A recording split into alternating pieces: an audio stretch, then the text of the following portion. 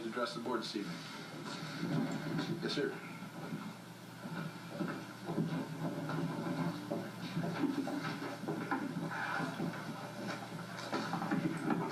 Christopher Schmidt from Autumn Lane. I'm sorry, I couldn't hear you. Christopher Schmidt from Autumn Lane. Yes, sir. I'm looking just a little closer. I'm a college student over here at SUNY Adirondack, and I'm also the president of a new organization called the Justice and Development Party. And it's been brought to our attention, Mr. Montesi recognized it, that the wards locally are approximately equal in the voter registration. And our group has noticed that this voting ward system was put into place in the early 1980s and hasn't been updated really since then. And our group agrees with Mr. Montesi. We've talked with Mr. Strau and Medivere, and the lines need to be redrawn. And our group also recognizes or believes that we should move from a 4-ward system to a 6-ward system. And we suggest that you make a motion for a resolution for a referendum after this is studied for the people to vote on. And I was just wondering what everybody here feels about that, and if you would like to speak a little about it. Or... Well, Chris, you and I have talked about it, and you're right. I mean, if you look at voter registration, Ward 1 is about 3,500. Ward 2 is about 3,600. Ward 3 is about 3,900. And Ward 4 is about 6,620. About 6,620. That's the one. I didn't remember the last 2 digits. All right, so if you're using voter registration, that's as of December of 2011, a year ago.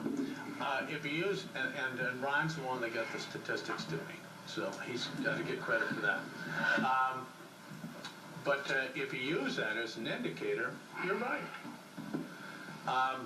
And as a result, I've asked George Hilton, who is our GPS guy, when he gets free time, he's very busy right now, to try and look at the most recent census and see what the numbers actually are, not using registered voters, but using actual population figures coming out of ward and districts, which he said he can do, and he will do that when he gets time. Hopefully that'll be sometime in the early part of 2013, because it's something we do need to look at.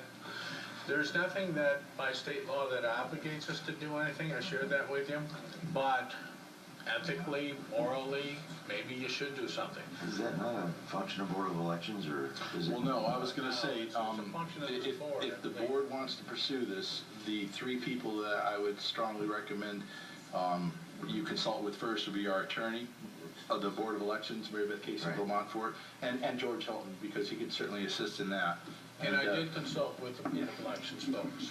And Chris, one of the things that would be pressing upon us is that, I don't want to make this simple, but it is easier to move the lines than it would be to hire 2 new council people and add that payroll to the town. So, you know, with the way it is, obviously Ward 1, Ward 2, Ward 3 would have to move west, so to speak, or south, and you know. Yeah. But we could redraw the lines with the help of Mary Beth Casey, George, and come up with at least an idea that this might be the way we should go, and keep the 4 councilmen.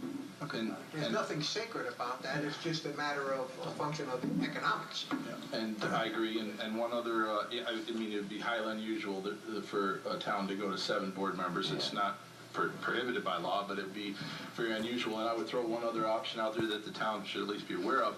It's also unusual for a town to have a ward system. I think out of 930-something towns in the state, I remember hearing at the Association of Towns one year that there was like less than a dozen towns in the entire state that have a ward system. So one other option, and I don't know what the mechanism for that would be to go abandon the ward system completely. So just something, I understand that there's pros and cons, arguments for and against a ward system, but that is another option that would be available.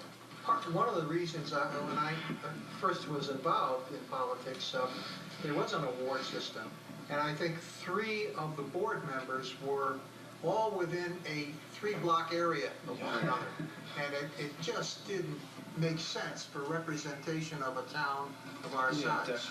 So the award system kind of solved that problem, but when you solve one, you get some other problems too.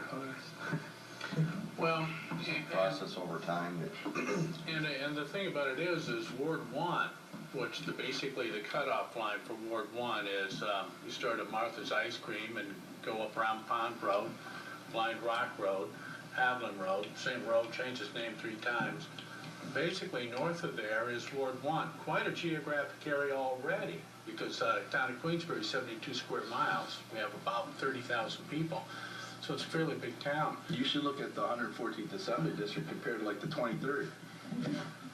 But It's all function of density. yeah, Population. well, and if you go to some kind of equalization in terms of population, that geographically is going to become even bigger. That line may even move down to, well, it's going to move south of there or something. I don't think you're gonna get them all perfectly exact anyways, because the population is so Just approximate. Yeah. big pocket.